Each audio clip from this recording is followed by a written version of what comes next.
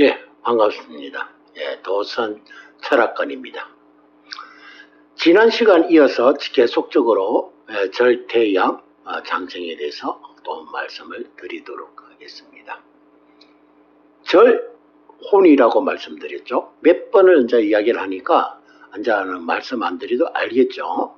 절은 혼, 태는 태야, 그리고 양은 신생아, 장생은 젖먹이.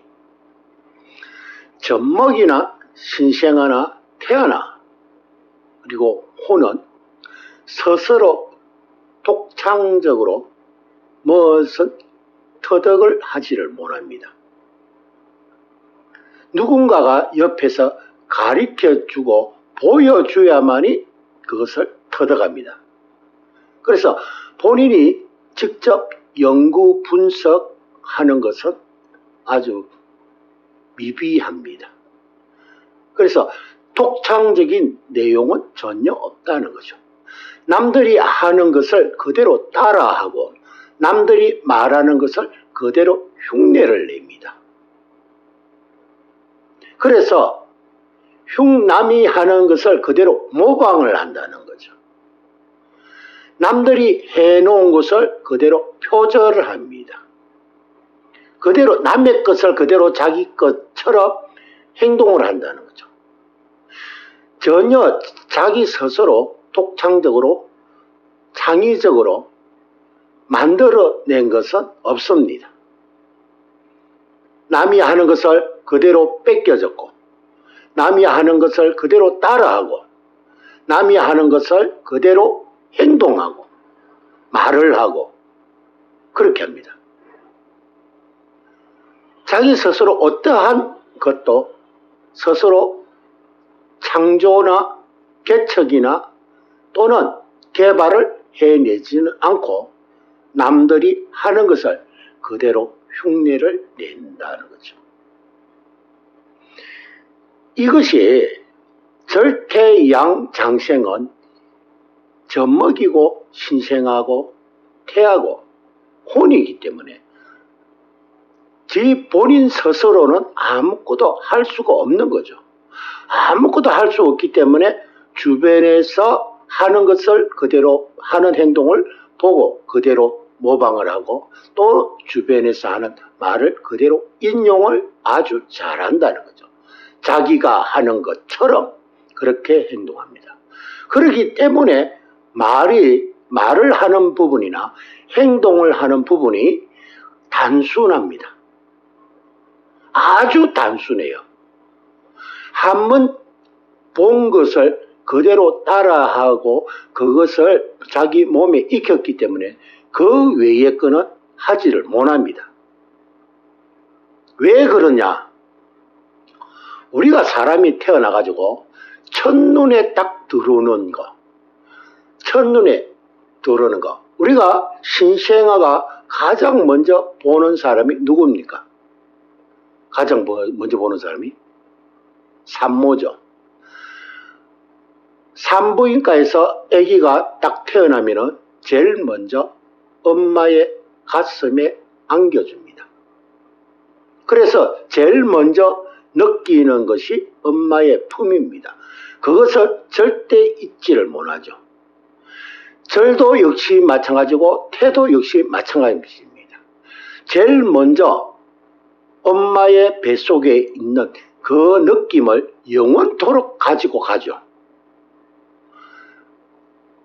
출산을 해서 첫 번째로 엄마 품을 제일 먼저 안으니까 그 엄마의 품이 영원히 갑니다.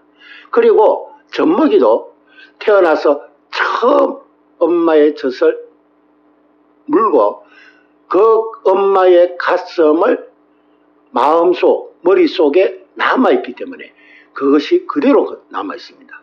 그래서 첫 번째 보는 그것이 자기한테 영원히 남는다는 거죠. 그래서 외부의 사람들로 새로운 것을 딱 보면은 그것이 자기 마음속에 깊이 새겨든다는 거죠. 그래서 그 사람의 것을 그대로 모방한다는 거예요.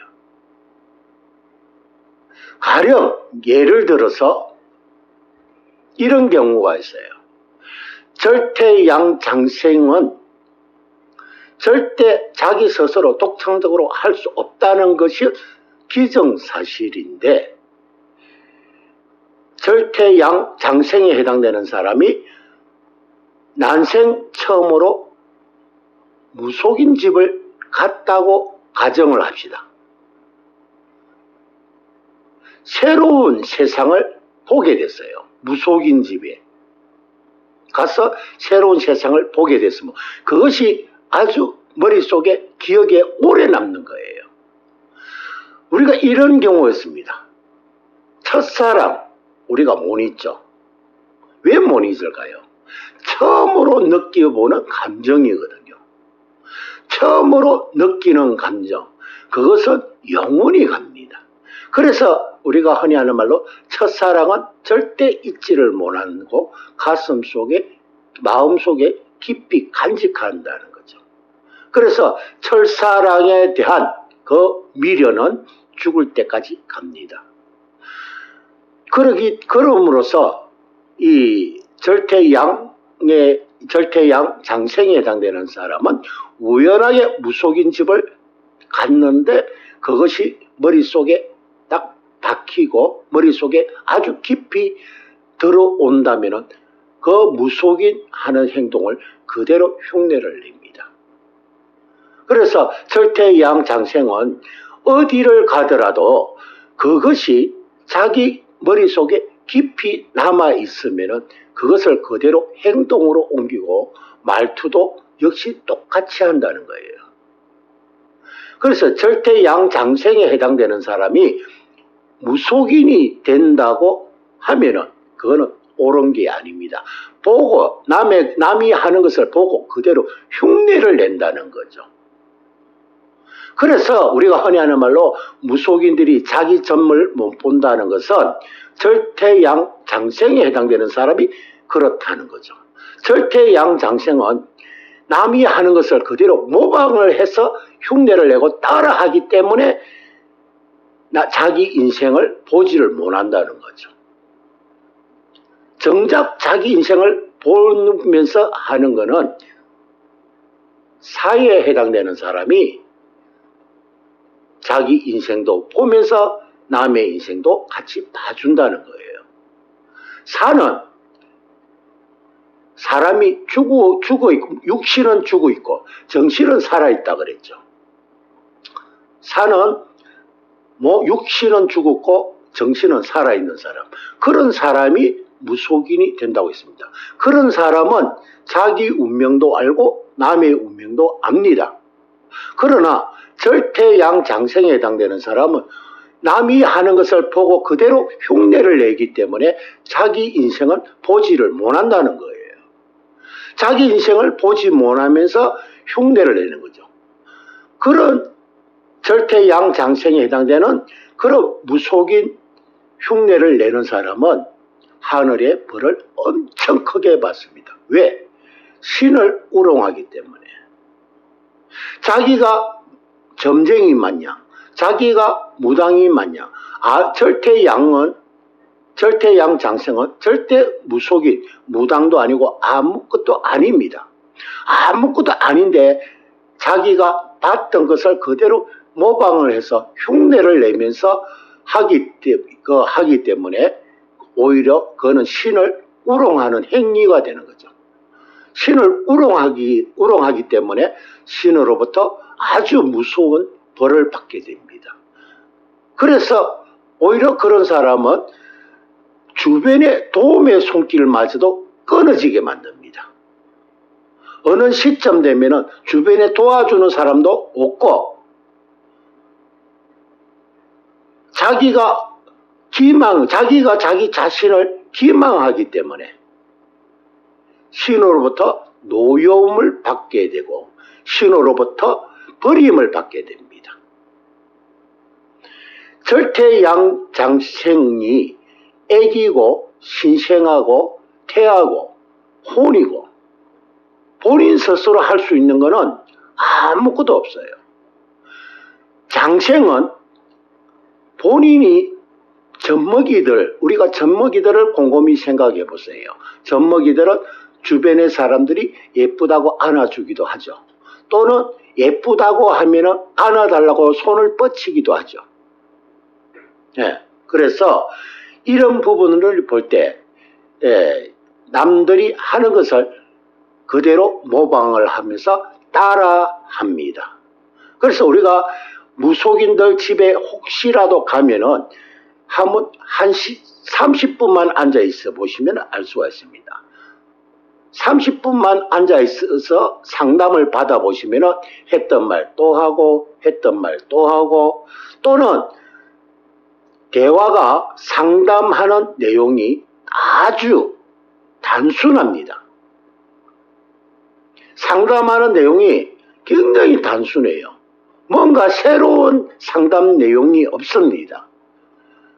너무너무 단순한 상담을 해줍니다. 그런 사람은 더 이상 보고 들은 게 없기 때문에, 더 이상 보고 들은 내용이 없기 때문에 더 이상 상담을 해줄 수가 없죠. 그래서 절태양 장생에 해당되는 사람이 무속인 깃발을 꽂고 있는 경우 그 사람한테 상담을 받아보았을 때는 별로 얻어가는 것이 없습니다. 결론적으로는 그 사람한테 주는 돈은 오히려 아깝게 생각이 들죠. 그래서 오히려 무속인들을 불신하게 됩니다. 절태양 장생은 모방의 씨앗입니다. 모방의 씨앗이고 흉내를 너무너무 잘 내기 때문에 표절도 너무너무 잘해요. 우리가 가수들이 제목도 표절하고 노래 가사도 표절하고, 또는 우리 대학 논문도 보면은 표절을 많이 하죠. 또 표절한 것이 또 있죠. 혹시 유지라는 말 들어보셨어요? 예, 유지, 영어로 표현을 유지, 들어보신 분 계실 거예요. 유지, 누가 했던 말인지. 그것이 바로 뭐를 뜻합니까? 표절했다는 것을 뜻하는 거예요. 표절을 하지 않았으면 영어 유지가 꼭 한글로 하는 유지와 똑같이 적을 수는 없는 거죠. 그것이 스스로 표절을 했다는 그거를 입증하는 겁니다. 그리고 남의 것을 그대로 모방을 했다는 것을 그대로 스스로 시인하는 것이 되는 거죠. 여러분들 유지, 어떤 분이 했던 말인지 여러분들이 너무나도 잘 알고 계실 거예요. 그리고 절태양 장생에 해당되는 사람은 그것뿐만 아니라 모든 부분에서 표절, 뺏겨 적는 거, 모방하는 거 아주 선수입니다. 자기 스스로 개척하는 거, 남의 것을 그대로 따라하지 자기 스스로 개척하고 창조하고 개발하는 것은 전혀 무구합니다. 글을 읽고 공부를 하고 서로 연구를 하는 부분은 아주 희박하다는 거죠. 애기들이 무슨 공부를 하겠습니까? 신생아가 무슨 공부를 하고 젖먹이가 무슨 공부를 하고 태아가 무슨 공부를 해가지고 스스로 자기 것을 독창적으로 개발해내겠습니까? 못하죠. 남의 것을 그대로 받아서 보고 그것을 그대로 자기 것으로 만드는 데는 아주 기재라는 거죠. 그래서 우리가 보통 일반 사람들이 그것을 못 느끼는 사람도 있지만 앞으로 제 방송을 보신 분은 한 번쯤 그런 것을 유심히 관찰해 보시면 됩니다. 그래서 이 절태양 장생에 해당되는 사람이 무속인 깃발을 꽂고 있으면은 그 집에 가면은 상담이 10분 이상 상담하면 더 이상 상담할 게 없어요. 항상 똑같은 말, 그 말에서 벗어나지 않으니까 자기가 처음에 만났던 그 무속인이 자기 머릿속에 남아있기 때문에 그 사람, 그 잠시 동안에 봤던 것을 그것을 그대로 계속적으로 이용을 하고 그 말에서는 절대 벗어나지를 못하죠. 우리가 절태양 장생에 해당하는 사람이 무속인 깃발을 꽂고 있는 분들이 간간히 있습니다. 간간히 있기 때문에 혹시 잘못 들어갔을 때 한 상담을 10분 이상만 받아보시면 바로 느낄 수가 있습니다. 느낄 수가 있고 그 하는 행동이 거의 비슷한 행동도 비슷하고 특별한 행동은 나오지 않습니다. 그것을 알 수 있는 방법은 상담하러 혼자 가지 말고 두세 명이 같이 가보세요. 두세 명이 같이 가보시면은 도매급으로 같이 설명합니다. 왜 사람이 가면은 사람마다 자기 성향이 다 다른데 그 세 분이 상담을 받으러 갔는데 똑같은 말을 한다. 그건 아니죠. A라는 사람의 성향, B라는 사람의 성향, C라는 사람의 성향 다 제각각 다릅니다. 그런데 그것을 도매급으로 같이 상담을 한다면 그거는 분명히 잘못된 겁니다. 더 이상 본인의 지식으로는 더 이상 상담이 불가능하기 때문에 똑같은 말로서 같이 도매급으로 엮어버립니다. 그래서 절퇴양장생에 해당되는 사람이 누군가의 행동이나 누군가의 말투나 이런 것을 그대로 모방을 하는 과정이기 때문에 그런 사람은 만약에 신을 빙자했다면 그 사람은 반드시 그 신으로부터 큰 벌을 받게 될 겁니다. 그 벌은 상상을 초월하는 벌이 될 수가 있습니다. 다음 생에서는 아주 위험한 그런 형태로 나올 수도 있습니다. 그런 부분 꼭 참고해 보시고 한 번쯤은 무속인 집에 찾아가실 경우가 만약에 있다고 하면은 제가 조금 전에 말씀을 드렸던 대로 저 사람이 상담하는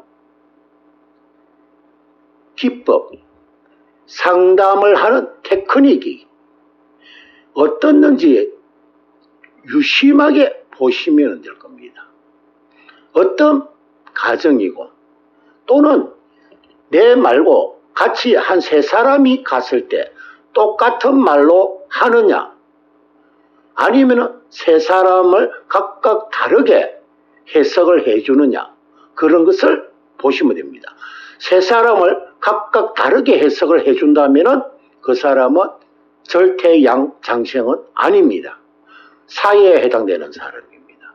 그러나 세 사람을 일괄적으로 똑같이 해석을 해준다면 그 사람 분명 절퇴양장생에 해당되는 거짓 무속인입니다. 그럼 무속인은 가급적이면 만나지 않기를 바라고 만약에 나중에라도 그런 부분을 알게 됐다면 다시는 그 사람을 만나지 말아야 됩니다.